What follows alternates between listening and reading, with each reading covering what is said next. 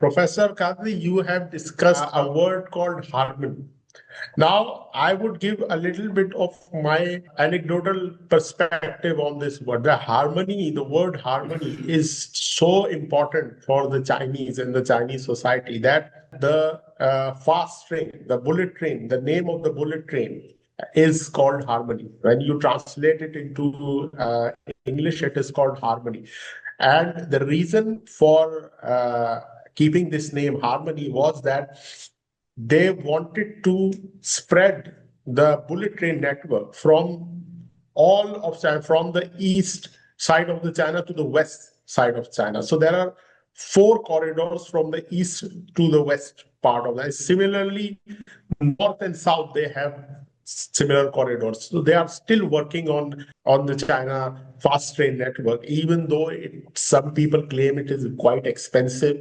But they want to promote harmony in all of the China. So this, I think, is a very, very important concept. Another thing I have seen in Chinese that they are quite welcoming. I have been living from 2023 in China, and from 2024 March, I have been living with my family. The main thing which I have seen, because I have been living in China since 2012, but I was alone. But when I have been living with my family, I have seen that people are a lot more welcoming towards me, towards my wife, and especially towards my child. My child is 4 years old. I have seen people, whenever somebody is passing, this is not about like someone who is doing any kind of job or who is serving any part of society. They smile or they wave or they try to talk or they say something like, does your child speak Chinese? This is a very, very common thing which Chinese people say. What is his age? So they are quite welcoming and quite focused on, I would say, in some case, in the younger generation. So, what does this tell you about the Chinese society as a person who has been seeing all these changes for such a long time? What this tells you about the Chinese society? Well, exactly. It actually tells the exactly contrary thing. Usually people think that you people are Chinese are introverts. They are introverts in some cases, generally speaking. But whenever they get chance, they try to interact with people. The will to talk to them, even they know there are little chance that the other person would be knowing their language.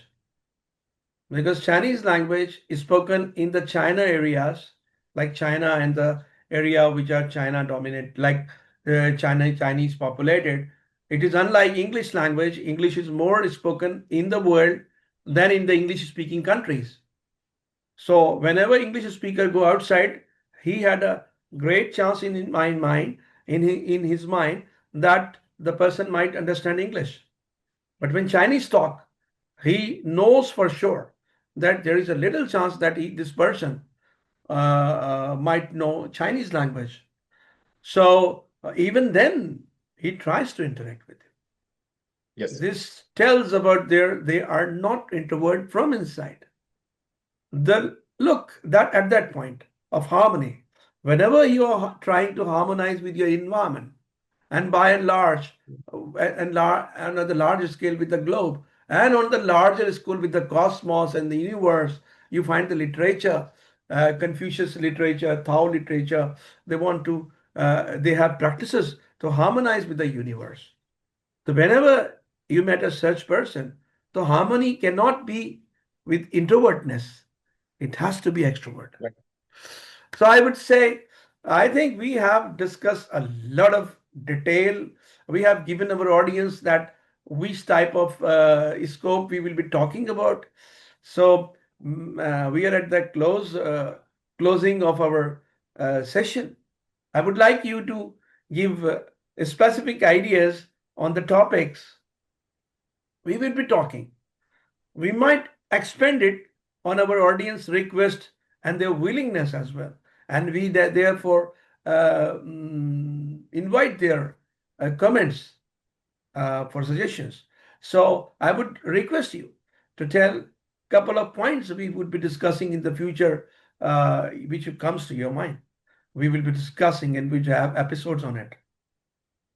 Over to you, Doctor. So, telling our viewers what we will be discussing in the future, the theme of this podcast, as we have discussed already, is we want to share insights, explore interplay between the East and the West, specifically between China's influence in all of different type of areas uh, on the whole world, and specifically we will discuss about topics which are related with technology, topics which are related with society, topics which are related with the environment.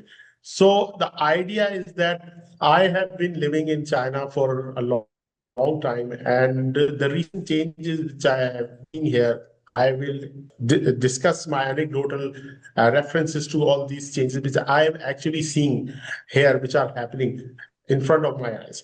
And these can be technological, social, environmental, and business, all other related topics with Professor Qadri, and we will share a thoughtful discussion about these ideas. Also, we will be discussing about recent news, recent trends. For example, a recent news about China was there were 6 astronauts which were stuck in their international in their space station. So these type of trending topics, plus different general topics, plus the topics which I see in front of my eyes which are happening, we will discuss in this podcast, and we will try to bring up some thoughtful discussions for our audience. This is the overview, and thank you very much for listening to the podcast. I thank Professor Qadri for his time and all his efforts for which this podcast was possible. Thank you very much. Thank you very much. Having this said, we have to thank our audience as well and our TV audiences. This Yes. is your channel. So see you soon. And how we say in Chinese, see you again. That's see, we say it together. 再见. 再见。